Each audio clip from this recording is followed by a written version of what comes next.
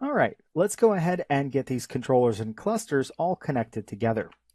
So for starters, let's go ahead and just worry about the pelvis control. So the pelvis control should drive this bottom cluster. To do that, we're just going to use a parent constraint. I'll grab the controller. Remember, it's driver and driven. So the controller is our driver, and cluster 1 will be the driven, and we'll say constrain and parent. Let's give that a go, and you can see that that's now connected. Now at this point, I also want to make sure that the pelvis, the actual joints here, move along with it as well. So let's go ahead and make sure that this root joint here is also controlled by this controller. So again, we'll do a parent constraint. The driver will be the pelvis controller. The driven will be this root joint. And we'll say constrain and parent. And you can see now that comes along for the ride. Let's go ahead and take care of the top up here as well. So we'll grab this top cluster and make sure that it's connected to this chest controller. So remember, driver and driven. Driver is the chest controller. Driven will be the cluster, which is spine cluster 5. We'll grab that right there and say constrain and parent. There we go. And you can see that's now connected as well. Now, I do want to make sure that the head comes along for the ride, as do the arms. I'm going to just do some quick parent constraints right now, but we may readjust and reevaluate those as we get into rigging the arms. But for now, we'll just do a quick connection. We'll go ahead and grab this controller, and we'll constrain the arm over here. So driver, driven, constrain, parent. We'll do the same here. Driver, driven, constrain, parent. So those arms should now come along for the ride. Yep. And let's make sure that the head comes along for the ride too. So we'll say our driver was once again our controller. The driven will be this joint here, constrain and parent. Okay, there we go. So that's all connected. And again, don't worry about the chest. We'll get that hooked up soon enough. So now we want to take care of these 3 clusters in the middle.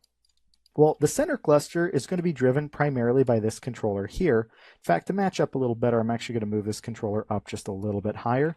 That might mean we need to kind of expand it out just a little bit too, just so it's a little bit larger and fits better. I don't like it when it cuts into the geometry so much there. There we go. We can always make further adjustments later.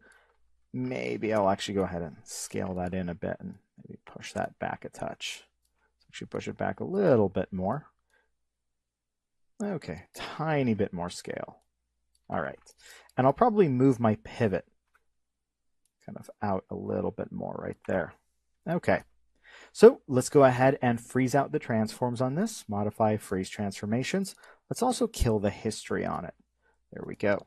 So I noticed there's a little bit of history on this one here too, so we'll go ahead and clean that out as well. This one seems to be okay. All right, so let's go ahead now and connect this cluster. So driver, cluster 3 would be the driven, constrain, and we'll choose parent. And you can see that now comes along for the ride. Now, these 2 clusters that are kind of in between the controllers, I want them to interpolate between each of these 2 controllers. So to do that, it's actually quite easy. You just need to select each controller. There we go. And select the cluster last. So that's cluster 2 right there.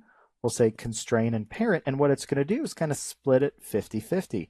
So you can see both of those are actually going to drive that cluster. We'll do the same thing up here. We'll grab our top controller, our middle controller, and then grab our spine cluster 4. Again, we'll go to constrain and hit parent. And there we go. You can see that's also interpolating between those 2 controllers. Now, in addition to that, I want to add a little bit more automation in here as well. Again, this is meant to be like a background character. This is not some big primary character. So we want the animator to be able to animate quickly. And I don't want them to every single time have to animate 3 controls. So let's try to also automate the movement of this middle control, but still give them the ability to adjust it whenever they need to.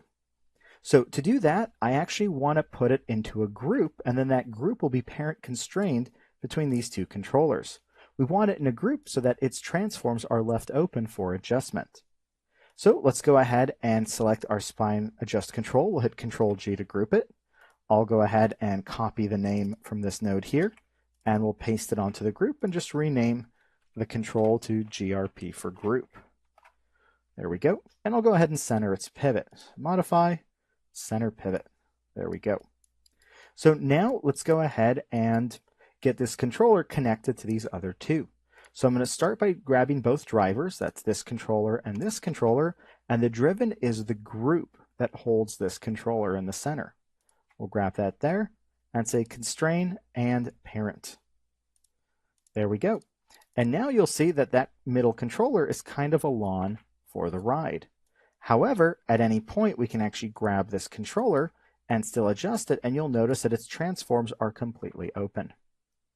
Now, this is nice, but it's actually still a little bit tedious. Let's say we want our character to sit down. We would have to select the bottom and the top controller and then bring them both over to have the character sit down. We want to make this even a little bit simpler. So we're going to actually create ourselves a center of mass control. This will be a controller that'll actually take the entire spine rig along with it. So this one's going to be fairly simple in shape. We'll go ahead and create ourselves another circle controller. I'm going to go ahead and adjust its shape a little bit while it's on the ground here. We'll just grab the center here and we'll just kind of squish that in. There we go. And I'll go ahead and rotate this 90 degrees, -90.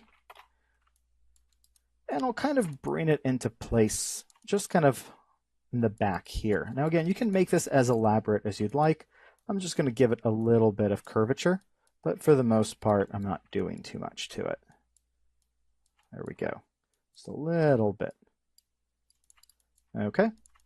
So I think I might give it a little bit of rotation. Actually, I'll probably leave it straight. I'm not a big fan of those offset controls. Let's bring that over there. Okay, so this will be my center of mass control. I'll go ahead and squeeze that in. And what I want to do is put its pivot to where I'm most likely to control the center of mass from, which is probably going to be around his root. So we'll go ahead and grab this controller. Let me turn off my proxy geometry, and I'll put its pivot right to the root over here. You can also choose to go a little bit higher if you'd like. The root should be fine for me. I'll go here to modify, freeze transformations, and we'll kill the history. And what I want to do is parent these controllers to this controller here. So we'll grab this controller up top, this controller on the bottom, and we'll parent to our center of mass. So now when I move this controller, you can see I'll be able to actually have him sit down all in one go. And then I can still have the ability to come in and adjust these individual controllers, which you can see are completely clean. Okay, let's go ahead and bring this back up. So we have a lot of the functionality that we want in here. The outliner is, of course, still a mess. Trying to scale or move any of this is a nightmare right now, but we'll fix all of that in due time. However, one thing that's kind of bothersome right now is the fact that our torso up over here doesn't stay connected to the spine. It kind of pulls away. And that's just a side effect of how Spline IK works. The curve can keep stretching, but the joints are going to keep their length. So in the next clip, let's take a look at a quick and easy way we can have these joints stretch just a bit to continue matching the length of this curve so it doesn't feel so jarring. At the same time, we'll go ahead and reconnect these pieces of geometry that we disconnected earlier, and you'll see why we had disconnected them earlier. So let's go ahead and put this back, and in the next clip, we'll go ahead and address the stretching on that spine.